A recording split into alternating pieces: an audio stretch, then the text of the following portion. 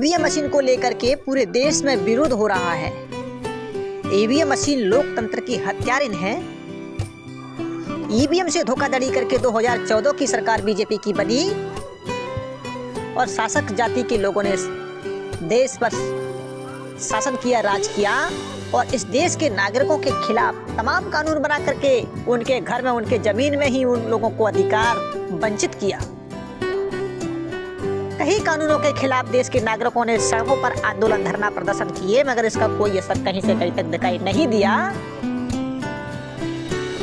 EVM machine ने देश का सत्यानाश किया है। ईवीएम मशीन जब से आई है, धोखाधड़ी का चुनाव हुआ है, निष्पक्ष पारदर्शी चुनाव नहीं हुआ है, तो लोगों के दिल और दिमाग में गुस्सा भरा हुआ है कि जब तक इस ईवीएम को खोलेंगे नहीं, जब तक छोड़ेंगे नहीं। इसके लिए पूरे देश में आंदोलन चल रहा है। पूरे देश के लोगों के दिल दिमाग में गुस्सा भरा हुआ है। लोगों को कहना है कि ईवीएम मशीन आधुनिक भारत की मनुस्मृति है, जिसके माध्यम से हमारे देश को गुलाम बनाया जा रहा है और हमारे अधिकारों से हमें वंचित किया जा रहा है। उस समय मनुस्मृति के माध्यम से गुलाम बनाया गया था, पूरे देश को हाईजैक किया गया था, पूरे देश के लोगों पर गुलामी थोपी गई थी। आज देश में लोकतंत्र है और लोकतंत्र को खत्म करके इस देश में ब्राह्मण तंत्र स्थापित कर रहे हैं और इस देश के लोकतंत्र को खत्म कर रहे हैं और इस देश के नागरिकों के कानून बना करके उनको अधिकार वंचित कर रहे हैं। इसके लिए इस देश में ईवीएम मशीन के विरोध में जोरों शोरों से तैयारी चल रही है, जिसका आंदोलन चलाने वाले माननीय राष्ट्रीय अध्यक्ष भारत मुक्ति मोर्चा के माननीय बावन मेश्राम साहब को जाता है, जो ईवीएम का आंदोलन चलाने वाले प्रथम व्यक्ति हैं। मेश्राम साहब ने, जो भारत मुक्ति मोर्चा के राष्ट्रीय अध्यक्ष हैं, उन्होंने ईवीएम का प्रथम आंदोलन चलाया और 31 जनवरी 2024 को दिल्ली में एक बहुत बड़ा लाखों का मोर्चा लेकर के जाने वाले हैं।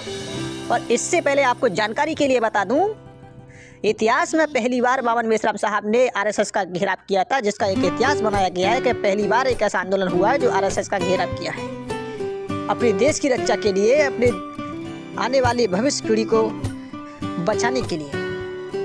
तो 31 जनवरी 2024 को दिल्ली के चुनाव आयोग को घेराव करने के लिए मेश्राम साहब की तैयारी चल रही है। इससे पहले इस देश के एजेंट संगठन, दलाल संगठनों ने ईवीएम को, बावन मेश्राम साहब के आंदोलन को काउंट करने के लिए ईवीएम का मुद्दा उठाना शुरू कर दिया और इस देश की ब्राह्मण मीडिया ने उनको दिखाना शुरू कर दिया कि एक षड्यंत्र है। ये षड्यंत्र इसलिए शुरू कर दिया है ताकि ये पहली घटना इतिहास में घटित होने जा रही है कि किसी ईवीएम के खिलाफ देश में आंदोलन हुआ है माननीय बावन मेश्राम साहब के नेतृत्व में, ताकि बावन मेश्राम साहब के ऊपर ध्यान ना देते हुए इधर लोगों को ध्यान को भटकाया जाए।